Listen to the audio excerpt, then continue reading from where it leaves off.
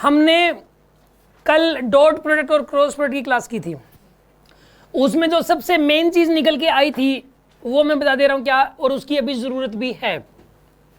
जो सबसे मेन चीज ये निकल के आई थी कि I cap dot I cap, 4 table मैंने बताई थी कि I cap dot I cap 1 होता है, J cap dot J cap 1 और के कैप डॉट के कैप ये 1 के बराबर होता है। ये मैंने आपको बताया था, ठीक है। ये टेबल बताई गई थी, आपको याद करने के लिए बोला गया था। फिर मैंने एक टेबल बताई थी, आई क्रॉस आई 0 होता है, जे क्रॉस जे क्या होता है 0, के क्रॉस के क्या होता है 0, ठीक है। फिर एक टेबल मैंने बताई थी कि I dot J 0, I dot के, J dot I, J dot के डॉट आई, के डॉट जे,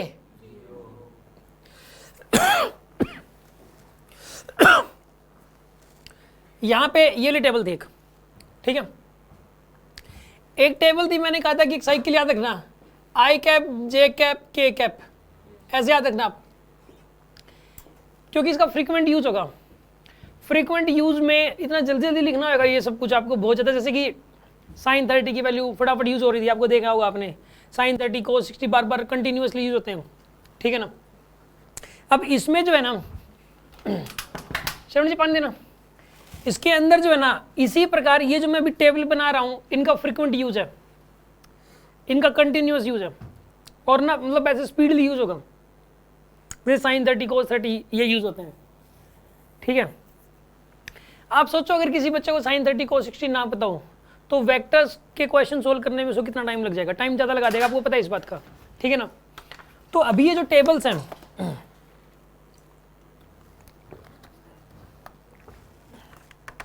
इन टेबल्स अगर ये याद नहीं है तो आपको थोड़ी टाइम बाद पता लगेगा कि उस बच्चे को फिजिक्स में कितनी प्रॉब्लम हो रही है जिसको टेबल्स नहीं आती।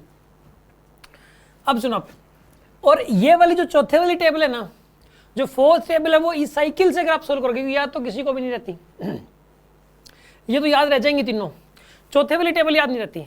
तो जो फोर्थ वाली टेबल है वो इस साइकिल के थ्रू याद रहती है मुझे खुद भी, और उसे जल्दी आ जाता है आंसर फटाफट।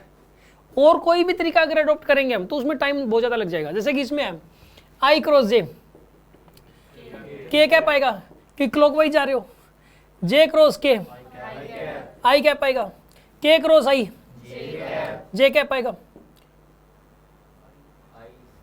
के क्रॉस आई ये जे क्या पाएगा।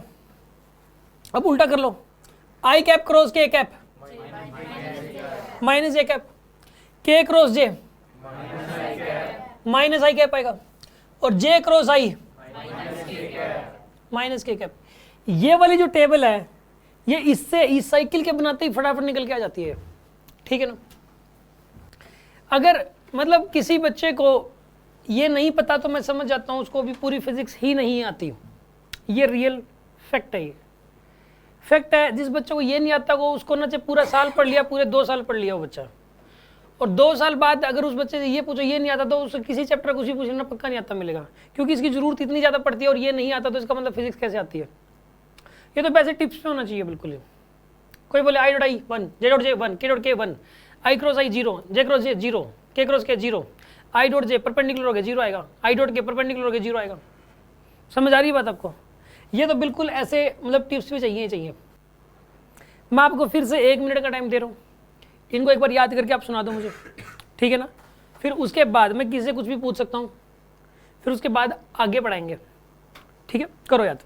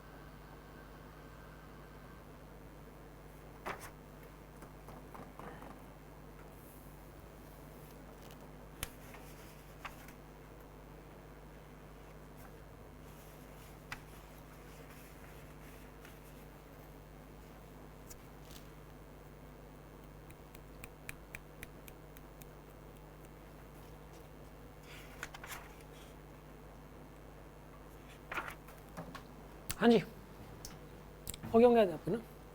बताओ आई डॉट आई की वैल्यू 1, जे डॉट जे 1, जे डॉट के के 1 आएगा, 0 आएगा, क्योंकि जे और के परपेंडिकुलर हो गया, परपेंडिकुलर हो गया डॉट प्रोडक्ट है, याद रखो डॉट प्रोडक्ट तो परपेंडिकुलर तो 0 आता है। आई का आई के साथ डॉट वाला 1 आता है, जे का जे के साथ डॉट वाला 1 आता है, के डॉट के 1 होता है, ठीक है। आई डॉट जे 0 हो जाएगा, और क्रॉस करोगे इसमें खुद के साथ क्रॉस प्रोडक्ट 0 आता है, ठीक है ना। हाँ जी आप बताओ, जे क्रॉस जे 0 आएगा, आई क्रॉस जे, आई क्रॉस जे जे के क्या पाएगा, हाँ जी, I dot I J dot K cross के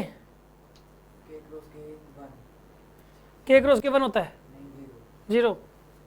हाँ जी, के क्रॉस आई प्लस का माइनस का, ठीक है, समझ गए आप कहानी को, ठीक है ना। ये आपको याद रहना जरूरी है भाई, पूरा की पूरी चारों की चारों टेबल। अब बाय द वे याद ना हो, आगे मैं समझाऊं तो उसमें से देख के यूज़ कर लेना, भूल जाओ तो, ठीक है ना। लेकिन ये टेबल इतनी ज़्यादा इंपॉर्टेंट है, मैं आपको बता नहीं सकता। मैं आपको जो ना मतलब एक एक चीज़ याद करवा के ही चलूँगा। आपको ये ज़रूर लगेगा थोड़ा सा कि सर ने इस टॉपिक पे टाइम थोड़ा सा ज़्यादा लगा दिया। एक सेकंड,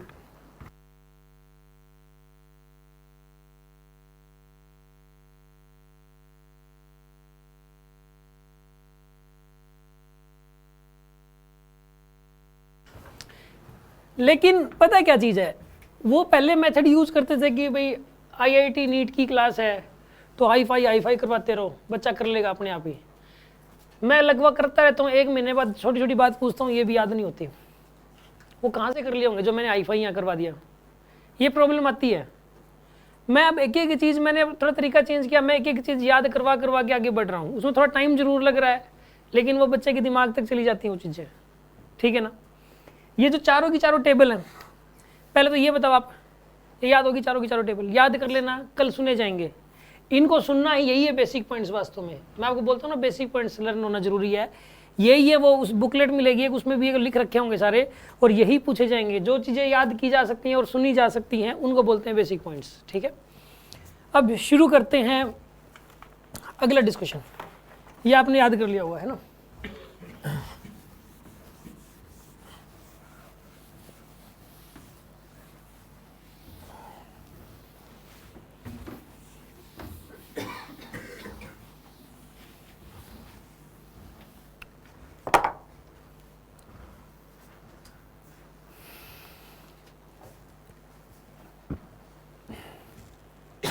मान लो एक वेक्टर है 2i cap plus 3j cap. एक कॉन्सेप्ट समझा रहा हूँ। एक वेक्टर b है 3i cap plus j cap, और कोई ये कह देगी a डॉट b की वैल्यू बताओ, इन दोनों का डॉट प्रोडक्ट करो। सुनो आप, इसका तरीका क्या होगा। डॉट प्रोडक्ट करना, पहले इसका इसके साथ, फिर इसका इसके साथ, फिर इसका इसके साथ, इसका इसके साथ, ये तरीका है। चलो एक बात बताओ, इसका इसके साथ डॉट प्रोडक्ट करना है, बताओ क्या होना चाहिए। 2i cap dot 3i cap क्या होना चाहिए, सिर्फ 6 आएगा, क्योंकि i डॉट आई क्या होता है 1, i डॉट आई क्या होता है, तो 2 इंटू 3 क्या हो जाएगा 6। इसका आंसर आएगा 6, सिर्फ 6 आएगा और कुछ नहीं आएगा। अच्छा, इसका इसके साथ डॉट प्रोडक्ट क्या आएगा, 2i कैप का j कैप के साथ डॉट प्रोडक्ट क्या आएगा, 0 आएगा। 0 आएगा कि नहीं आएगा, 0 लिख दिया। अब बताओ इसका इसके साथ क्या आएगा, 3j कैप का 3i कैप के साथ डॉट प्रोडक्ट क्या आएगा, 0 आएगा। क्यों आएगा 0, क्योंकि j डॉट आई 0 होता है, j डॉट आई क्या होता है 0 होता है, तो इसलिए 0 आएगा। अच्छा, इसका इसके साथ बताओ क्या आएगा, 3 आएगा, 3 आएगा। क्या आंसर आया ये 9। क्या इसमें कोई i cap j cap k cap आया यहाँ पे आंसर में, नहीं आया, आना भी नहीं चाहिए क्योंकि डॉट प्रोडक्ट है, डॉट प्रोडक्ट में नहीं आता। डॉट प्रोडक्ट में अगर आ जाए ना यहाँ पे कुछ i कैप j कैप तो प्रॉब्लम है, नहीं आना चाहिए, क्योंकि एक स्केलर क्वांटिटी है। ये कैसी क्वांटिटी है, एक स्केलर क्वांटिटी डॉट प्रोडक्ट, उसका आंसर हमेशा स्केलर ही आएगा। सुन आप, एक क्वेश्चन करके दिखाना जरा। वेक्टर ए है I cap minus 3j cap plus 2k cap. एक वेक्टर बी है 2i cap plus j cap plus 4k cap. आपको यह बताना है कि vector A dot vector B की वैल्यू बतानी है। बताइए आप, करिए सॉल्व।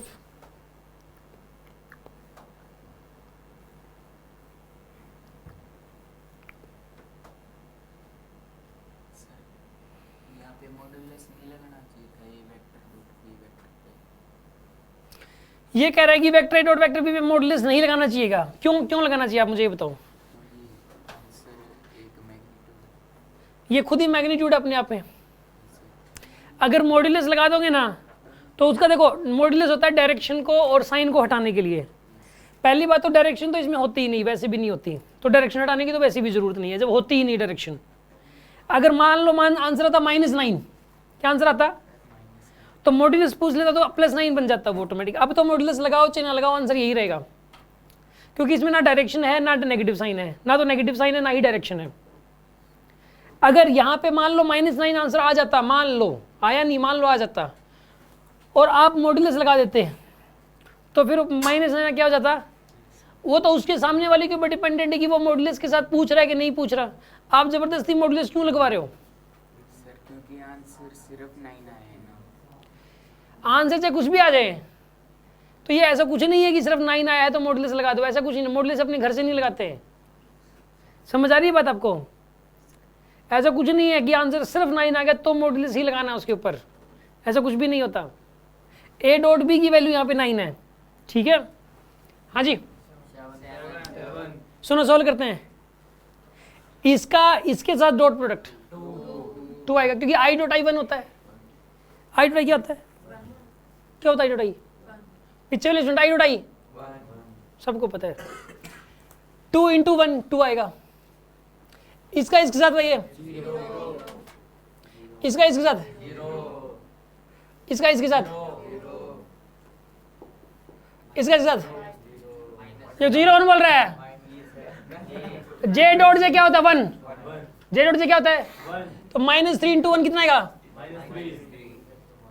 इसका इसके साथ है, इसका इसके साथ, इसका इसके साथ, इसका इसके साथ 8 आएगा।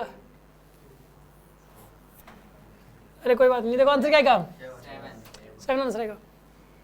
समझ में आ गया आपको?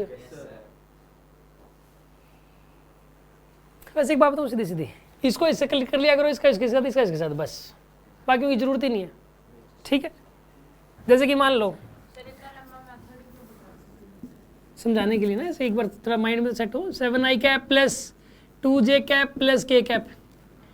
एक वेक्टर b है i cap plus 3j cap minus 2k cap. बताओ a डॉट b की वैल्यू बता दो।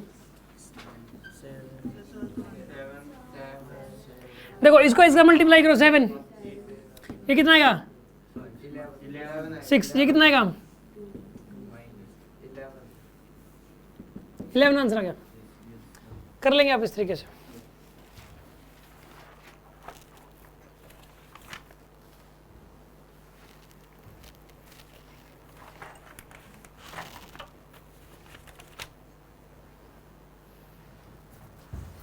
नोट कर लो आप इसको,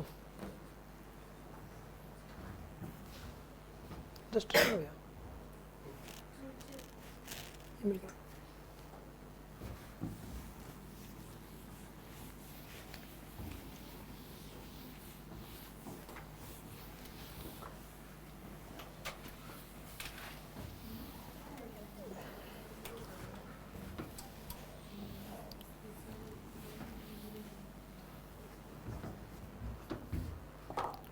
हाँ जी सुन आप,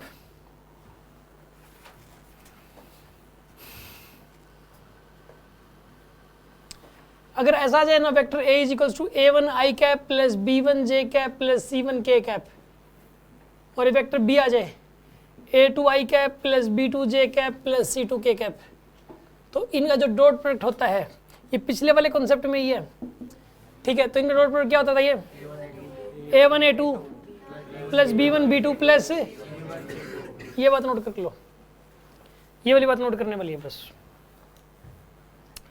सुन आप, अगर एक वेक्टर ए ऐसे दे रखा है और एक वेक्टर बी ऐसे दे रखा है और इनके बीच का एंगल थीटा दे रखा है, तो उस केस में डॉट प्रोडक्ट का फॉर्मूला क्या होता है? A B cos theta. लेकिन अगर वेक्टर फॉर्म में दे रखे हैं, ये भी आई कैप जे कैप के कैप में दे रखा है, ये भी आई कैप जे कैप के कैप में दे रखा है, तो डॉट प्रोडक्ट करने का फॉर्मूला ये होता है। डॉट प्रोडक्ट करने के दो फॉर्मूले होते हैं। डॉट प्रोडक्ट बेसिकली दो तरीके से किया जा सकता है, और कौन सा मेथड लगाना है वो डिपेंड करता है कि दिया हुआ क्या है।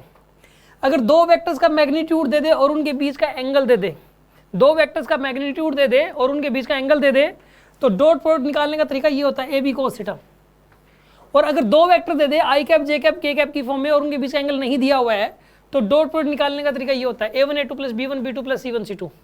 अगर मैं आपसे पूछ लूँ कि डॉट प्रोडक्ट निकालने के दो मेथड बताओ, हाँ जी, डॉट प्रोडक्ट निकालने के दो मेथड क्या होते हैं? दो मेथड, एक तो ए बी कोस थीटा हो गया, दूसरा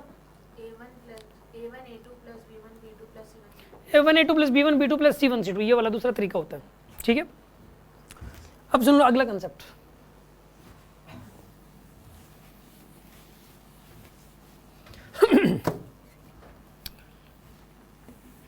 देखो, मान लो एक वेक्टर दे दिया आपको 2i cap plus 3 minus 3j cap plus 4k cap, और एक वेक्टर b दे दिया i cap plus 4j cap plus xk cap, ये दे दिया, और ये कह दिया कि इनका डॉट प्रोडक्ट 0 है, a डॉट b इज 0 है, फाइंड x। क्वेश्चन ये है, पहले आप जो है ना इसको नोट करो एक बार क्वेश्चन को, फिर मैं समझाता हूँ क्या है।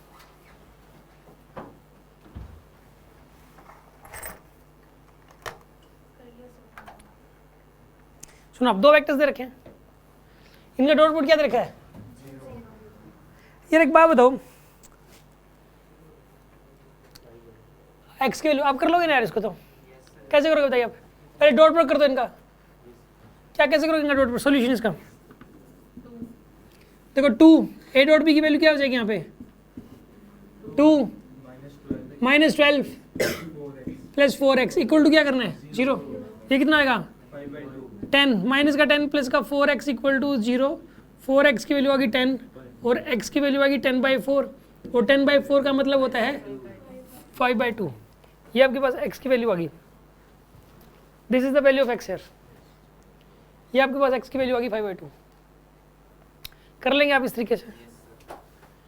अब सुन लो, पेपर में एक क्वेश्चन और आ सकता है, कैसे सुन लो आप, एक वेक्टर a दे दिया, मान लो दे दिया i cap plus 4j cap minus 3k cap, एक वेक्टर b दे दिया 2i cap plus j cap plus xk cap, और ये कह दिया कि a is perpendicular to b। क्या कह दिया? a is perpendicular to find x। ये क्वेश्चन आ जाता है कि a और b दोनों एक दूसरे के परपेंडिकुलर हैं। करो, कैसे करोगे आप?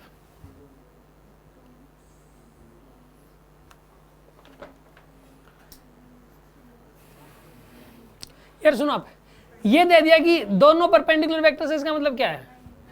एंगल की वजह 90 डिग्री है, और एंगल 90 डिग्री हो तो डॉट प्रोडक्ट 0 ही आता है। दो परपेंडिकुलर वेक्टर्स का डॉट प्रोडक्ट हमेशा 0 होता है। ये वाली बात याद करने वाली थी, मैंने कल बताया था कि दो परपेंडिकुलर वेक्टर्स का डॉट प्रोडक्ट क्या होता है? 0। तो आप इनका डॉट प्रोडक्ट कर लो, इसको इक्वल टू 0 करना, एक्स की वैल्यू। देखो सेम क्वेश्चन है, बस सीधा ये नहीं बोला इसने कि a डॉट b 0 है, ये बोल दिया a परपेंडिकुलर टू b है। a परपेंडिकुलर टू b बोलने का मतलब ये बोल रहा है कि a डॉट b 0 है। a डॉट b 0 बोलना या फिर ये बोलना कि a is perpendicular to b, दोनों का मतलब एक ही है। आ रही है बात समझ में आपको? इसके अंदर डॉट प्रोडक्ट कर लो इनका और इक्वल टू 0 कर दो इस क्वेश्चन में भी।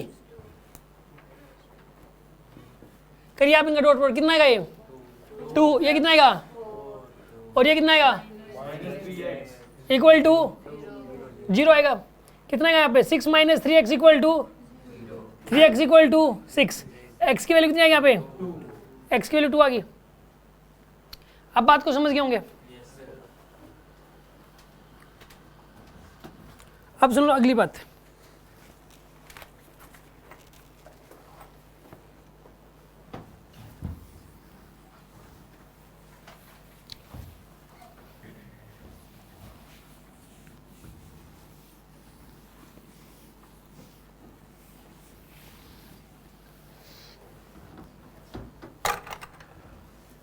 आगे ना चैप्टर है एक वर्क एनर्जी एंड पावर, उसमें 2 फॉर्मूले आते हैं।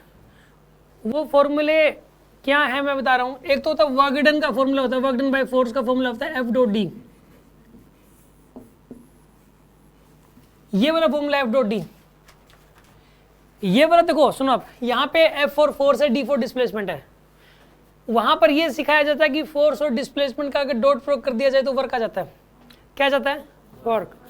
ये फॉर्मूला वहीं पर ही बताया जाएगा फिलहाल, लेकिन इसके ऊपर बेस्ड क्वेश्चन आ सकते हैं वेक्टर में, इसलिए इसको याद करना जरूरी है कि वर्क की डेफिनेशन भी है वैसे, it is defined as the dot product of force and displacement.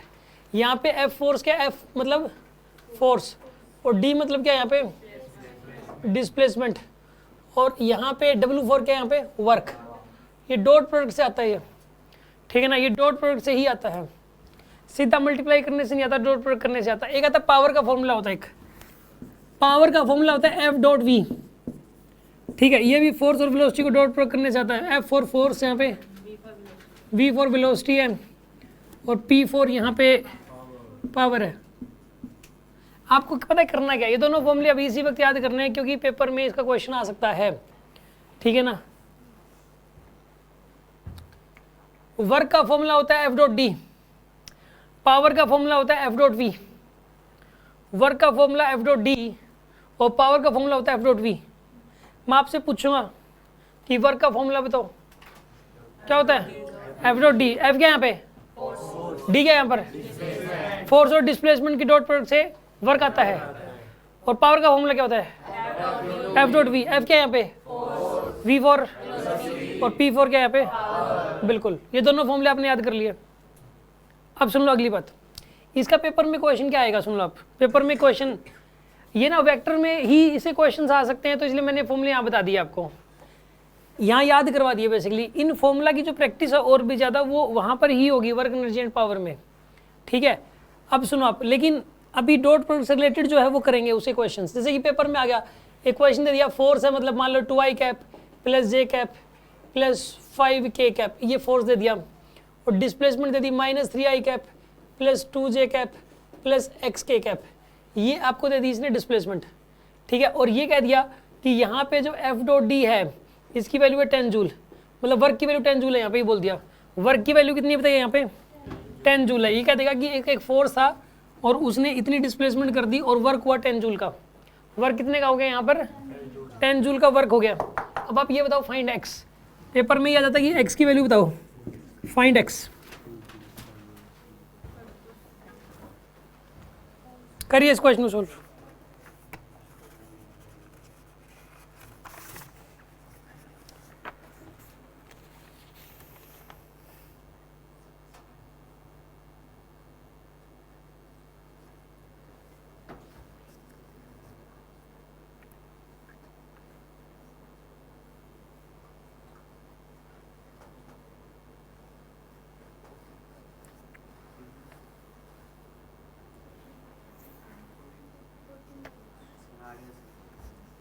ठीक है,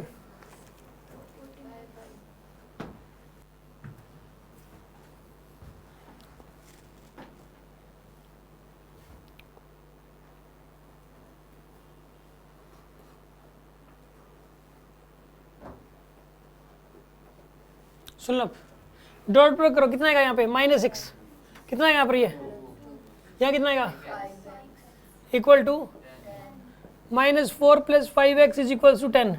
5x की वैल्यू कितनी आएगी यहाँ पे 14, और x की वैल्यू कितनी आएगी यहाँ पे 14/5। समझ गए होगे बात को। अब सुन लो अगली बात,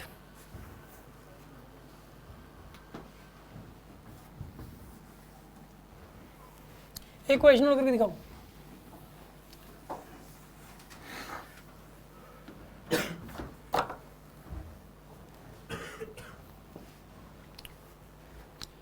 एक बॉडी के ऊपर फोर्स लगा i cap -3j cap plus 2k cap, और उसकी वेलोसिटी थी i cap plus 3j cap plus 4k cap, ये वेलोसिटी थी, प्लस xk कैप, ये वेलोसिटी थी उसकी।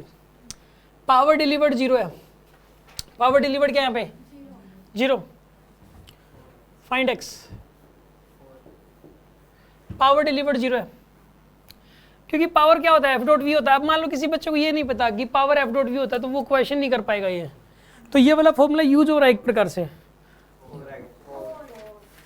सुन लो आप क्या करोगे यहाँ पे 1 डॉट प्रोडक्ट करोगे पहले तो एफ डॉट वी होता है पावर, ये आएगा 1, यहाँ कितना आएगा -9, यहाँ कितना आएगा इक्वल टू, तो 2x ये हो जाएगा -8, इधर आके 8 हो जाएगा, x की वैल्यू कितनी आ गई यहाँ पे, x की वैल्यू 4 आ गई यहाँ से, x = 4।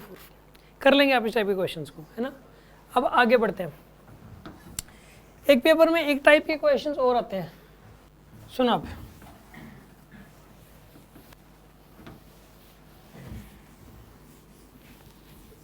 अगली टाइप,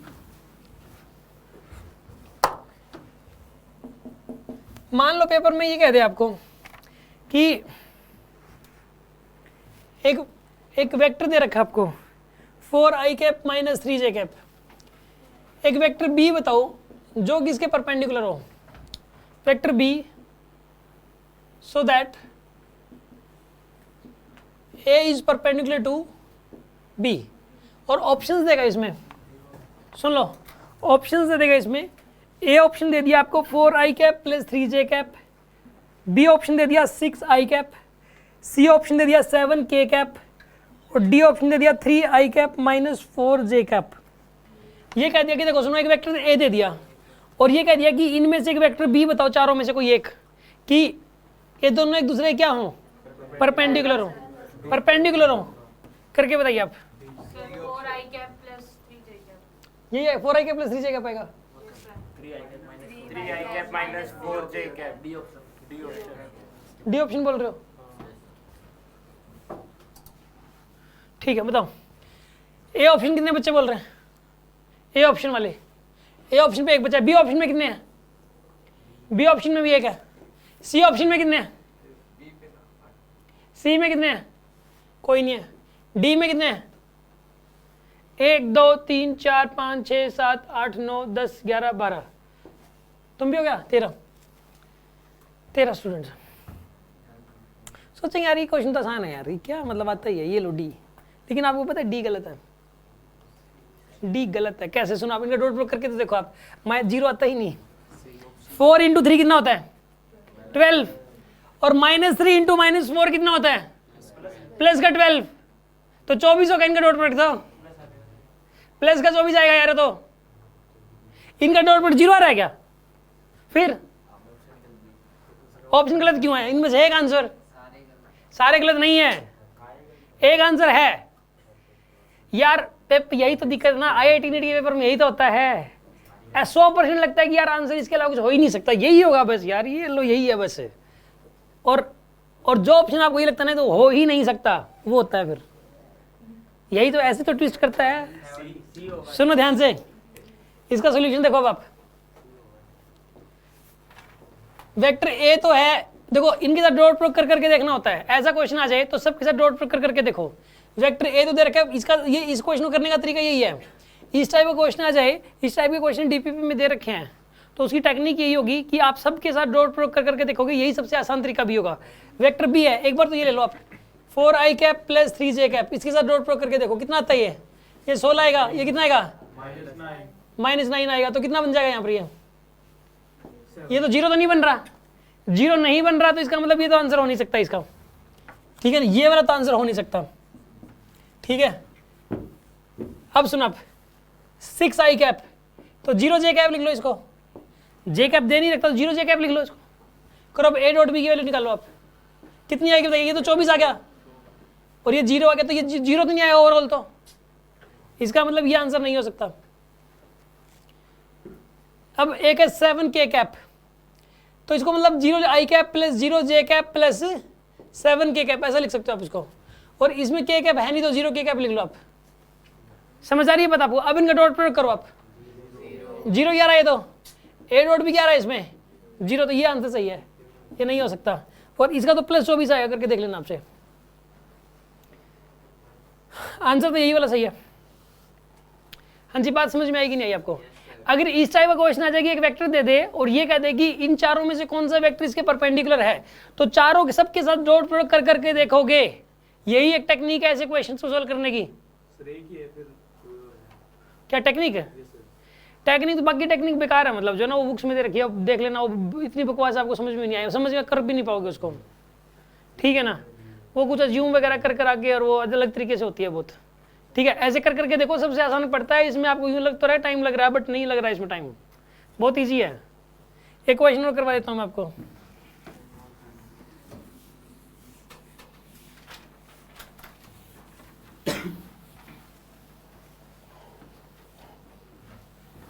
इसी कंसेप्ट का एक और क्वेश्चन। एक वेक्टर ए है, A cos theta I cap minus B plus का B sine theta J cap, एक वेक्टर है। और एक वेक्टर बी बताना है, so that A is perpendicular to B. ठीक है, इसके ऑप्शंस लिख रखे हैं, B sine theta I cap minus A cos theta J cap. B option में है 1/a sine theta I cap minus का 1/b cos theta J cap. C option में है 5k कैप और डी ऑप्शन में है ऑल ऑफ दीज। अब ये बताना है कि कौन सा ऑप्शन करेक्ट होगा। इसमें वेक्टर बी की वैल्यू बताओ कौन सी ले।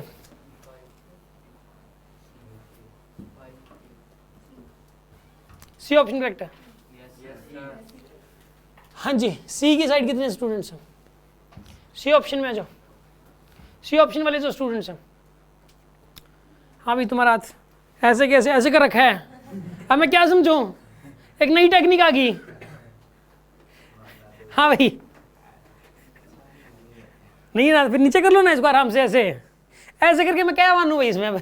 हाँ जी, 1 2 3 4 5 6 7 8 स्टूडेंट हैं। हाँ जी, और कोई आंसर? बी में कितने हैं? अरे बी में कितने हैं बता दो। अभी एक तो था यार, तुम तो आखिर कर लो ना यार। बी बोल के चुप हो गया, मजे ले रहा है, बताओ। हाँ जी, डी में कितने हैं? 2 स्टूडेंट है डी में। ए में कितने हैं? ए में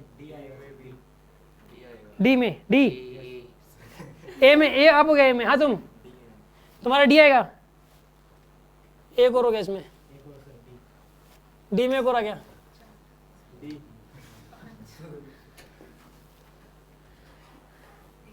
चेक करते हैं, सुन लो। सबके साथ डॉट प्रोडक्ट कर करके देखोगे। सुनो, पहले वाले में इसका इज्जत करो, पहले डॉट प्रोडक्ट क्या आएगा? A cos theta into B sine theta. फिर ये प्लस और माइनस है तो क्या हो जाएगा इनका प्रोडक्ट दोनों का? डॉट प्रोडक्ट करना है। हाँ, डॉट प्रोडक्ट ही कर रहे हैं, इसका और इसका मल्टीप्लाई है। ये वाला तो, ये क्रॉस नहीं, ये मल्टीप्लाई है, ये मल्टीप्लाई है। इसका इज्जत करो dot product, P sine theta multiply A cos theta. ये निकाल रहे हैं हम ए डॉट बी, कितना आएगा ये वाला? ए डॉट बी 0 आएगा, तो इसका डॉट प्रोडक्ट 0 आ रहा है यार। ए तो सही है, ए वाला तो सही है। अब इसका डॉट प्रोडक्ट करो आप, ये भी 0 बनता है। सबको कर करके ही देखना पड़ेगा आपको।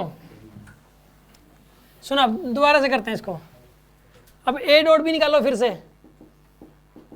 ए cos theta into 1/a sine theta, A cos theta into 1/a sine theta. इसका इज्जत करो, प्लस का b साइन थीटा इंटू में माइनस का हो जाएगा 1/b sine theta, 1/b cos theta. b से b गया, a से a गया, 0 आएगा, तो 0 आ गया ये। और ये तो एक्स वाई प्लेन में देखो, और ये के कैप है, परपेंडिकुलर हो गया इसके ऑटोमेटिक, क्योंकि देखो ये दोनों आई कैप जे कैप लिख रखा है, तो एक्स वाई प्लेन में हुआ, ये तो हुआ ना एक्स वाई प्लेन में। और ये 5 के कैप क्या हो गया उसके परपेंडिकुलर, तो ये वैसे भी 0 आना है, तो इनका डॉट प्रोडक्ट तो परपेंडिकुलर हो गया। यही आंसर है, डी ऑप्शन करेक्ट है ये वाला। देखो मेजोरिटी हार जाती है बहुत बार, ठीक है ना। हाँ जी, बात समझ में आ गई होगी आपको। अगला कंसेप्ट,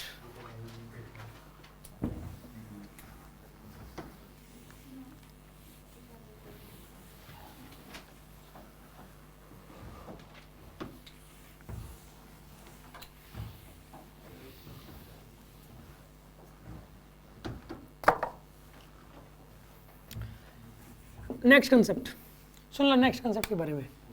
मान लो पेपर में ये कहते हैं एक वेक्टर ए है a1 i cap plus b1 j cap plus c1 k cap, और एक वेक्टर b दे दिया a2 i cap plus b2 j cap plus c2 k cap. ठीक है ना, ये दो वेक्टर्स दे दिए। इसमें सुन लो आप, if a1 by a2 equal to b1 by b2 हो जाए और equal to c1 by c2 हो जाए, ये बराबर हो जाए अगर this upon this equal to this upon this equal to this upon this, then vector a will be parallel to vector b, तो पक्का पैरेलल हो जाएगा। And vice versa is also true. ठीक है ना, रिवर्स भी ट्रू है इसका, vice versa is also true. मतलब क्या इसका? इसका मतलब ये है कि अगर a पैरेलल टू b हुआ तो पक्का है a1 by 2 equal to b1 by 2 equal to c1 by c2। अगर ये हुआ तो ये हो जाएगा, ये हुआ तो ये हो जाएगा। ये बात याद करनी है आपको। समझ में आ रही है बात आपको? कोई ये पूछ ले पेपर में, क्वेश्चन ऐसा आएगा कि दो वेक्टर दे देगा, ये कहता है कि दोनों एक दूसरे के पैरेलल हैं या नहीं है, तो उसको चेक करने का जो तरीका है वो मैंने आपको बता दिया। यहाँ पे जो है ना, इनका रेशियो लेके देख लिया करो। जैसे मैं आपसे क्वेश्चन पूछता हूँ, ये बताना है कि ये पैरेलल है या नहीं है। एक वेक्टर ए है 2i cap plus 3j cap plus 4k cap, और एक वेक्टर b है, ये है यहाँ पे 6i cap plus 9j cap. ठीक है ना, और यहाँ पे 12k कैप। हाँ जी बताइए आप, ये पैरेलल हैं या नहीं है? ये देखो यार, ये 2/6 कितना बनेगा? 1/3। 3/9 क्या बनेगा? 1/3। 4/12 क्या बनेगा? 1/3 बनेगा। तो फिर पैरेलल क्यों नहीं है? बिल्कुल, ये -1/3 बनता है, ये पैरेलल नहीं है, क्योंकि ये तो 1/3 ठीक है, ये भी 1/3 ठीक है, लेकिन ये -1/3 बना, इसलिए पैरेलल नहीं है ये। Here a is not parallel to b। a और b पैरेलल नहीं है एक दूसरे के यहाँ पे। Here a is not parallel to b, a जो है वो b के पैरेलल इसमें नहीं है। अब सुन लो अगली बात।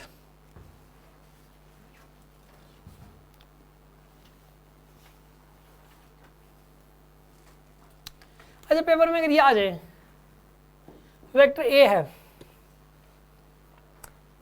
ये तो है 9i cap plus 6j cap plus 3k cap, vector B दे दिया 3i cap plus 2j cap plus 12k cap. अब बताओ, नहीं है पैरेलल, क्यों यार? 9/3 कितना होता है? 3 हो जाएगा। 6/2 क्या होता है? ये तो इक्वल आ रहे हैं, लेकिन 3/12 क्या होता है? अच्छा, ये 9 होता तो मान लो ये क्या हो जाता? 1/, ये इक्वल तो नहीं है ना, ये 1/3 हो गया ना। समझ आ रही? बताओ, ये पैरेलल नहीं है। Here both are not parallel, A is not parallel to B, इसमें भी यही आएगा। ये वाली जो स्टेटमेंट लिखी हुई है, ये स्टेटमेंट जो है ना, ये ऊपर ये वाली स्टेटमेंट इसके लिए भी यही है और इसके लिए भी यही स्टेटमेंट है, दोनों के लिए। आगे बात समझ में आपको? कोई डाउट है किसी के मन में?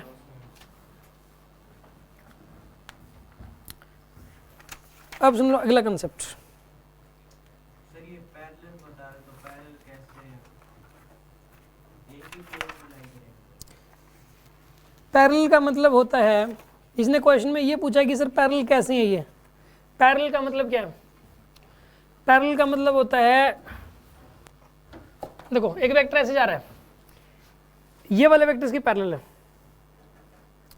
ये वाले वेक्टर भी पैरेलल है इसके, ये दोनों पैरेलल हैं, ये दोनों पैरेलल हैं, ये दोनों पैरेलल हैं, ये दोनों पैरेलल हैं, क्योंकि इसको बिना घुमाए ऐसे लेके आओगे पीछे की तरफ और साइड में शिफ्ट करोगे, देखो दोनों एक साथ मिल गए। लेकिन मान लो मैं कहता हूँ ये वेक्टर पैरेलल नहीं है एक दूसरे के, ठीक है, क्योंकि आप इसको पीछे भी ले आओ, साइड में शिफ्ट कर दो, इनके पीछे कुछ एंगल बन रहा है, घुमाना नहीं है बस। समझ आ रही है बात आपको? ये वेक्टर बताओ, दिखने में पैरेलल लग रहे हैं, है ना? ये देखो, ये दोनों क्या लग रहे हैं? पैरेलल।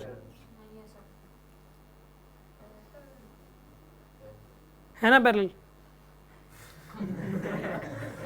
मैंने तो ऐसे कर रखा था पैरेलल ना, ठीक है ना। मैंने घुमाया तो नहीं है ऐसे, बिना घुमाए पीछे लेके गया हूँ और बिना घुमाए साइड में लेके गया हूँ, तो देखो मिल गया आपस में। हैं 3D में हो चाहे 2D में हो, ये लो बताओ आप। एक वेक्टर ये वाला है, एक वेक्टर ये वाला है, बताओ पैरेलल है कि नहीं है? ये पैरेलल है, ये देखो साइड में शिफ्ट करना अलाउड है, ये देखो आगे इसके ऊपर ही आ जाएगा ये। हाँ ये एक वेक्टर ये है, एक वेक्टर ये है, क्या पैरेलल है? बिना घुमाए आप इसके ऊपर नहीं रख सकते इसको। पैरेलल में दोनों की हाइट भी सेम होनी चाहिए। हाइट का कोई चक्कर, लेंथ का, लेंथ ये वाली लेंथ है ना, लेंथ का कोई चक्कर नहीं है, लेंथ से अलग अलग हो, मतलब मैग्नीट्यूड से अलग अलग हो, डायरेक्शन सेम होनी चाहिए बस।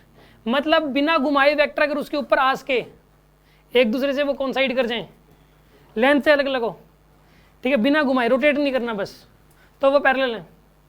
समझ आ रही बात? रोटेट नहीं करना, पेपर में देखते ही आप बता दो कि पैरेलल है कि नहीं यार। ये एक वेक्टर और एक वेक्टर ऐसे है, बताओ पैरेलल है कि नहीं है? चलो एक वेक्टर ये वाला है और एक वेक्टर ये वाला है, ये और ये पैरेलल लग रहे हैं भाई, इसको आप ऐसे ले जाओगे और फिर इधर शिफ्ट कर दोगे आप। बात समझ में आ गई होगी आपको? अगर इसके बिल्कुल नीचे ही हो तो बिल्कुल नीचे मतलब एक पैरेलल के बिल्कुल नीचे हो तो ये तो ऐसे है, दूसरा ऐसे, ये वाला इसके नीचे इसका जो हेड है उसकी टेल के पास हो।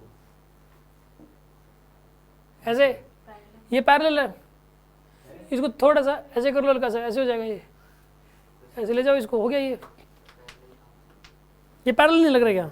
सर ये बिल्कुल अगर एक ही लाइन में हो तो एक लाइन में कैसे? ड्रॉ करके दिखाओ, जॉइंट हो ड्रॉ करो ना कॉपी में।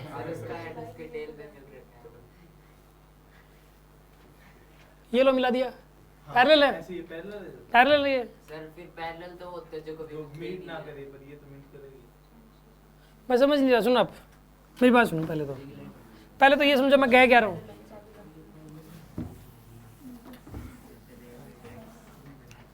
मैं ये कह रहा हूँ एक वेक्टर ये वाला है,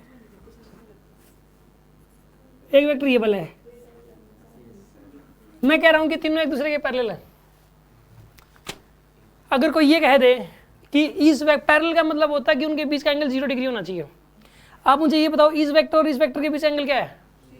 0 है, क्योंकि ना एंगल तब चेक करते हैं जब टेल से टेल मिली हुई हो, तो पहले टेल से टेल मिलाओगे, और टेल से टेल मिलाते वक्त रूल होता है कि आपको बस घुमाना नहीं है उसको, अपनी उसकी पैरेलल डायरेक्शन में कितना भी शिफ्ट कर सकते हो। इस वेक्टर को ऐसे ऊपर की तरफ शिफ्ट करोगे आप, टेल से टेल मिल जाएगी तो एंगल 0 नजर आएगा आपको। ये तीनों एक दूसरे के पैरेलल हैं बाय द वे।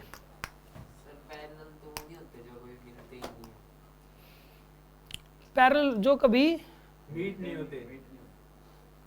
अच्छा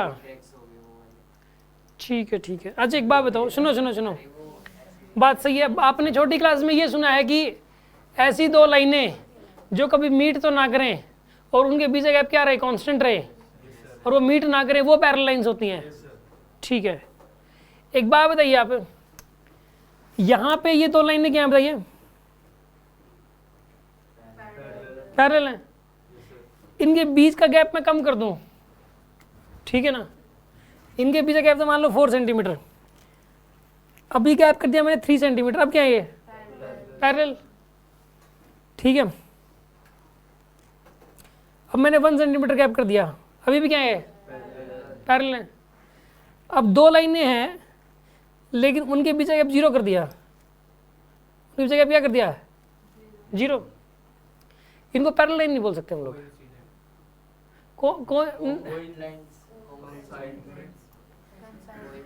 यहाँ पे इनको कोलिनियर लाइंस बोल सकते हो, कोलिनियर बट पैरेलल भी बोल सकते हो इसको। एक ऐसी दो पैरेलल लाइनें जिनके बीच का गैप 0 है with the 0 gap.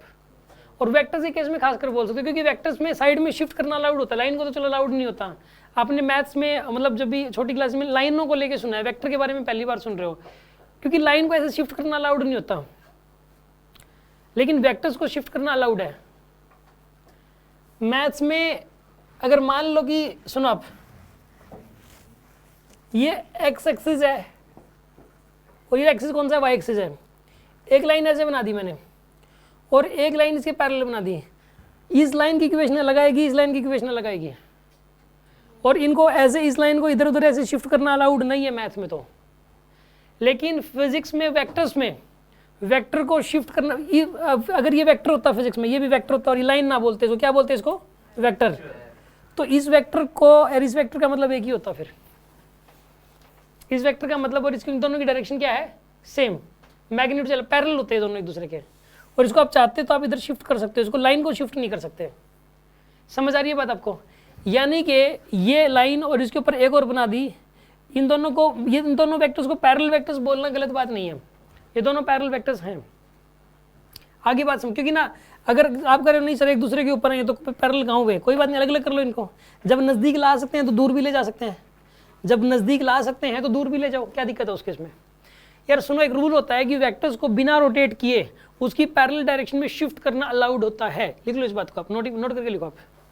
A vector is allowed to shift in its parallel direction, a vector is allowed to shift in its parallel direction without rotating it, without Next parallel क्या है sir? parallel direction, without any rotation, ऐसे लिख लो, without any rotation।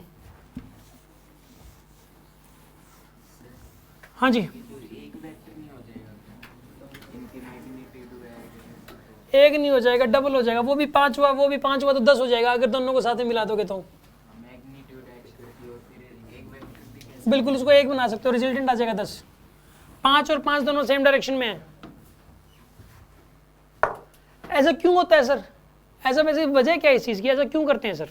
देखो एक बात बताओ, एक block है, ब्लॉक पे किसी ने 5 न्यूटन का फोर्स लगा दिया एक रस्सी से बांध के, एक दूसरे बंदे ने वही रस्सी खींच दी, 5 न्यूटन का फोर्स और लगा दिया, 10 न्यूटन हो गया। लेकिन एक केस ये वाला कि एक बंदे ने यहाँ रस्सी बांध दी और एक ने यहाँ रस्सी बांध दी, 5 न्यूटन यहाँ लगाया, 5 न्यूटन यहाँ लगाया, सर इक्वली बात है। बात तो एक ही है। एक केस में तो एक ही रस्सी है, देखो ब्लॉक वही है, उसी ब्लॉक पे एक ही रस्सी के ऊपर 2 फोर्स लगे हैं, 5 और 5 के, और एक केस में उसी ब्लॉक पे 2 रस्सियां बांध के 5-5 लगा दिया। अब ये बताओ आप मुझे, क्या इसमें जो मोशन और ये एक ही बात है कि अलग अलग बात है? एक ही बात है। इसलिए इन दोनों का मतलब एक ही है, इसलिए हम ये कहते हैं कि इस वेक्टर को इसके ऊपर शिफ्ट कर दो, चाहे इसको इससे अलग कर दो, इससे कोई फर्क नहीं पड़ेगा, रोटेट नहीं करना। आ रही है बात समझ में आपको? कोई शक हो तो बताओ इस बात में। एक गेंद है ये, इसके ऊपर एक रस्सी बांध दिया ऐसे, इसके ऊपर एक फोर्स लगा दिया 10 न्यूटन का, और दूसरे ने इसी रस्सी के ऊपर लगा दिया 10 न्यूटन का, एक ही रस्सी पे। और एक केस ऐसा है, इधर 10 न्यूटन का लगाया और इसके पैरेलल में ही लगा दिया 10 न्यूटन का। इन दोनों का मतलब एक ही है, लेकिन एक ने तो इधर लगाया 10 न्यूटन का और एक ने इधर लगाया 10 न्यूटन का। इसमें और इसमें अलग अलग बात है, लेकिन ये बात और ये बात क्या है? इक्वल है। तो ये पैरेलल वेक्टर्स है तो फिर ये भी पैरेलल वेक्टर्स हो गए। इनको भी डायरेक्ट ऐड कर सकते हो आप, 10 और 10 20, इनको भी डायरेक्ट ऐड कर सकते हो 10 और 10 20। तो एक दूसरे के ऊपर होना या एक दूसरे के पैरेलल होना एक ही मतलब है, लेकिन वो एक ही बॉडी पे लगने चाहिए, वो लगने चाहिए एक ही बॉडी पे। आगे बात समझ में आपको? तो पैरेलल नहीं है, ये दोनों पैरेलल नहीं है एक दूसरे के। मैं तो पैरेलल कब होंगे और पैरेलल नहीं है ऐसा कब होगा, मैं वो सिखा रहा हूँ। अपोजिट होते तो एंटी पैरेलल हो जाते, फिर वो उसका एंटी पैरेलल बोलते हैं। ये ब्लॉक है, इसके ऊपर 10 न्यूटन लग गया, इस पर 2 न्यूटन लग गया ऐसे, तो इनको एंटी पैरेलल बोलेंगे हम, ठीक है ना? है तो एक लाइन के अलोंग, लेकिन डायरेक्शन अपोजिट है, तो ये एंटी पैरेलल हो गया ऐसे केस में। समझ में बात आई कि नहीं आई? अब सुन लो अगला डिस्कशन।